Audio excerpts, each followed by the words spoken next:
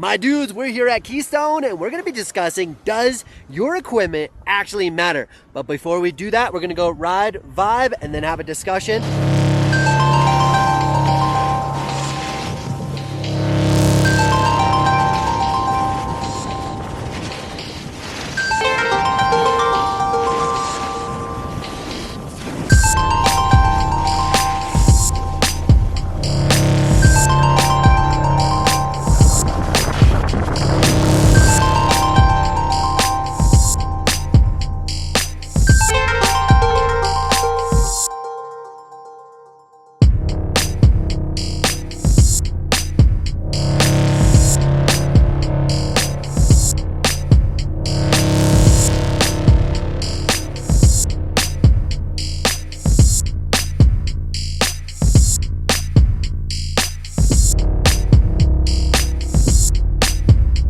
So today's discussion is, does the equipment actually matter? And I'm going to go through a couple different thoughts and ideas, and we're first starting off with the beginner. Now, there is a point where, yes, having some equipment is actually going to play a big deal as a beginner. There are certain boards like a Burton LTR, which stands for Learn to Ride, and they have some technology in their board that has base bevel, allowing the base to not be perfectly flat, and essentially the edges or the toe side or heel side are flared up a little bit. The benefit of that is that you can ride or heel side slip, and as you're learning how to stop for the first time, your toes are not as grabby. But at the same time, you're not going to be able to get the absolute most amount of performance out of your board, regardless, because you don't have the skills to back it up. So in theory, you could learn on almost any snowboard within reason. Obviously, if you're 5'5" and you have a 275 long centimeter board, probably not the sickest option. But you're going to be able to get away with a lot of stuff because you're still trying to figure it out. Yes, it could make it a little harder, a little bit easier, but you're not getting the maximum amount of performance out of the board. So as a beginner, it's more about having lessons, having teachers, and having people actually help you develop the skill more than the equipment. Equipment matters, but those previous things I said play a bigger impact. As you become way more awesome at snowboarding and you have the body positions, you have the balance, you have the skill and the experience, that's when I truly believe the equipment really matters. But before we dive super far into that, I want to go ride and vibe because it's a beautiful sunny day and we got to maximize the ride vibe. So we're going to go down and then we're going to keep the conversation going.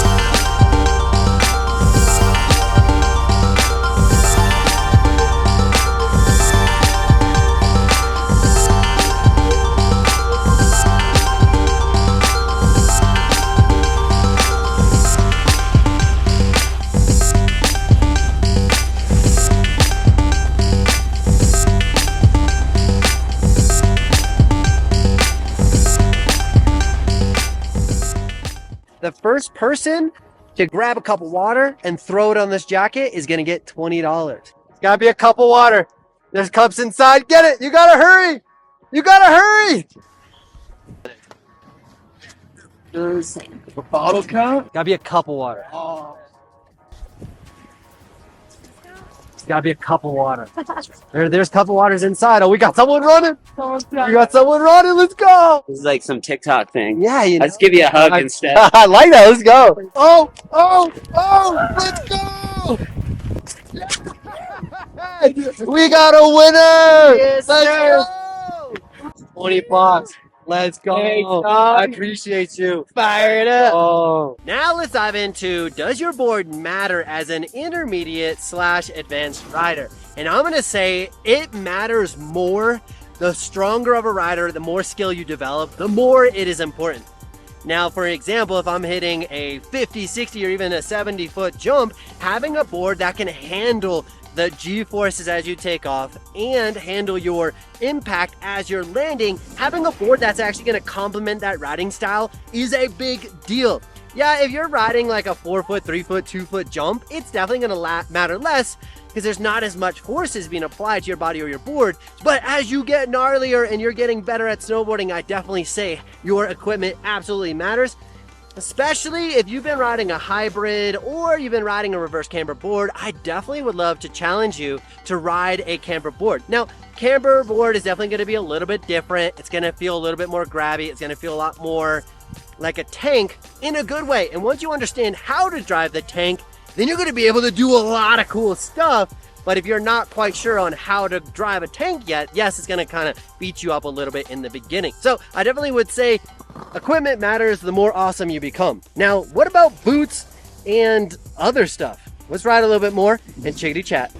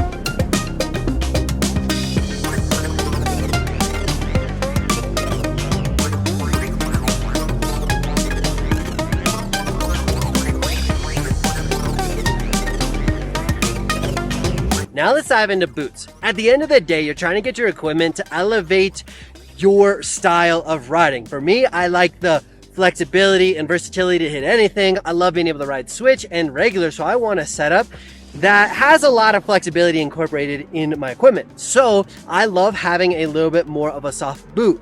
The biggest advantage of a soft boot is it allows you to press your shins forward more, giving you a better squat position with your spine up.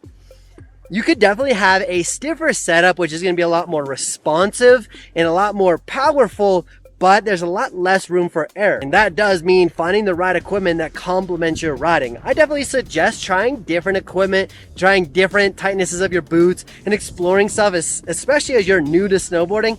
And then as you become more experienced, you can refine that equipment to really elevate your experience. And I did want to discuss maintenance of your equipment / wax / a couple other things. But first, as you can expect, we're gonna go shred, go vibe, and try not to die. All these wild speed racers. Let's go.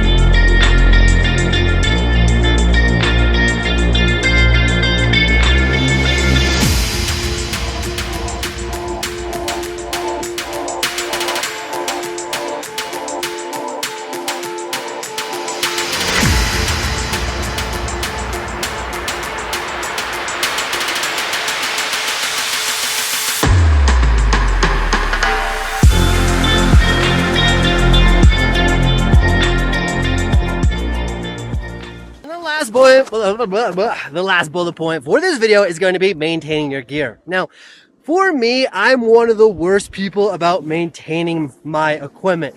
As you can see, if you don't mind pointing down, my boots are absolutely destroyed. They're barely even working. These things are here. But at the end of the day, I like my equipment that is broken in, has that flexibility, but having gear that is to your liking is going to be a big deal. So there's really, at the end of the day, nothing that's going to replace actual experience. So my recommendation / hope for you is to be able to go snowboard as much as possible. And I know that's challenging, but there are opportunities to snowboard in the summer. There's opportunities like big snow. There's opportunities in Colorado early season. Prices are super affordable. Conditions are amazing for what it is. But if you could just snowboard more, then I definitely know that you'll be able to get to the point where you're feeling pretty awesome. And then you'll start to understand what I mean by equipment matters, but at the end of the day, it doesn't. And a bonus bullet point is I'm just a big fan of actually working on your fundamentals, working on your skills. And once you've got your equipment relatively dialed in, then spend time focusing on your body positions. Check out my whole YouTube channel. I have so many videos on carving, 180s, 360s, how to ride fast, how to handle bumps. Like there's so many good videos and resources on this channel that is literally aimed to get you as awesome as possible. So on that note, come back tomorrow because I'm literally posting a long video every single day. And there's a chance to win a sticker. So I do this fun little secret giveaway thing. So make sure your notification is on and you're subscribed, because if you are early to the show, you may win some stickers like the dude Donovan who won yesterday. Big shout out to our boy. Well, on that note, I appreciate you. Love you. We out.